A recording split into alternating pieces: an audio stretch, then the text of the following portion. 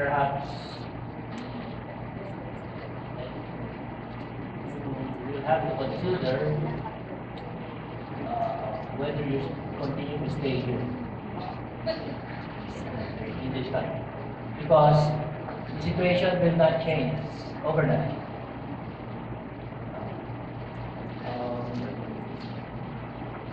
You will have to decide. Otherwise, you will just be a bystander. It's not going to do anything. Do you want to be that person? Okay. Dr. Velasco? Encourage you to vote? Yes. No? One, magkakaroon ka ng voters ID.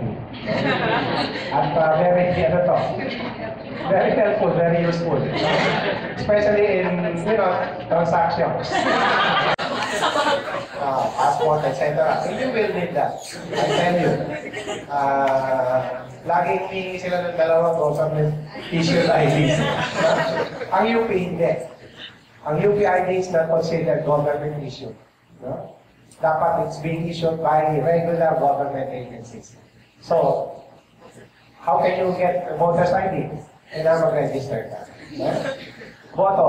Yes, boboto ka kasi amidst all these clouds, no? Sa comedians, no? Sa mga candidates, merong mga, 3, 4 sa mga galing. I think you will agree with me si Dick Gordon. No? I think, siya yung the best president of Philippines would ever. Parang si Johnny Salonga in 1992.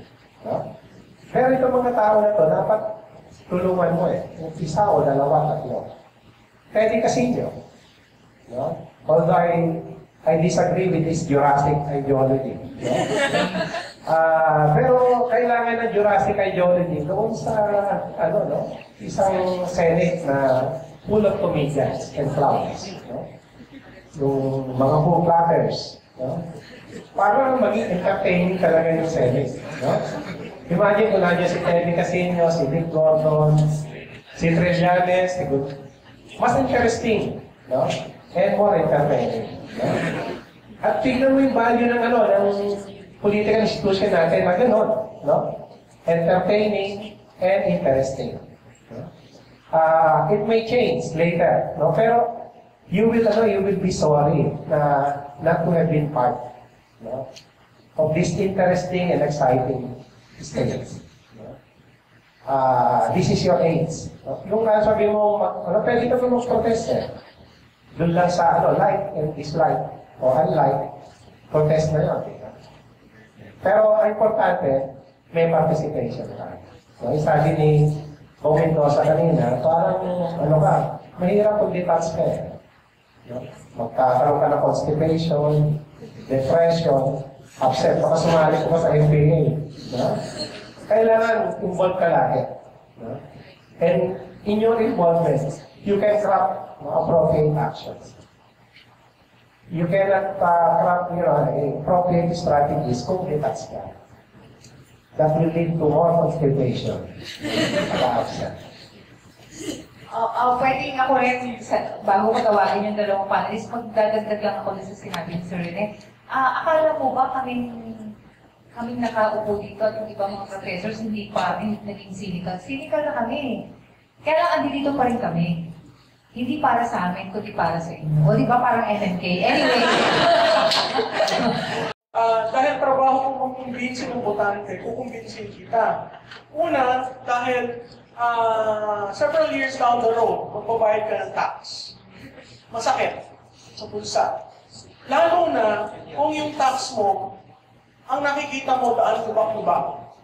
Okay? Bumabaha. Mag-iisip ka, basura mo, hindi kinokolekta. Okay? Magagalit ka sa ganung sistema. Okay? Pangalawa, dahil kahit pag-gising mo, ang gobyerno na andyan sa'yo. Ipagkolekta ng basura. Okay? Pag pinatay ang ilaw mo, bakit may rotating blackout? Diba? Ang gobyerno na andyan every day in our lives. So kailangan nating malaman na, katulad na sabi ng pinuno ngayon, tayo ang boss. Okay? So, paano ka magiging boss kung hindi ka rehistrado? Pang-apat, hindi porke rehistrado ka, ang boboto mo, yung popular. I have been a voter in my lifetime, and I have chosen candidates na patalo. Presidential candidate, I voted for Joe Vinene. So, maraming rason kung bakit ka boboto sa mga taong patalo. Why? You want to register your opposition? You truly believe in them? And you think that, if there is enough mandate, kahit hindi ka manalo, alam mo lalakas yung politikong yun. Okay? So, napakahalaga ng pagboto. Pinaglaban, again, isko ka ba? Isko kayo, no? Pinaglaban ng ating mga ninuno, siyempre nag-a-appeal na to the emotion, no?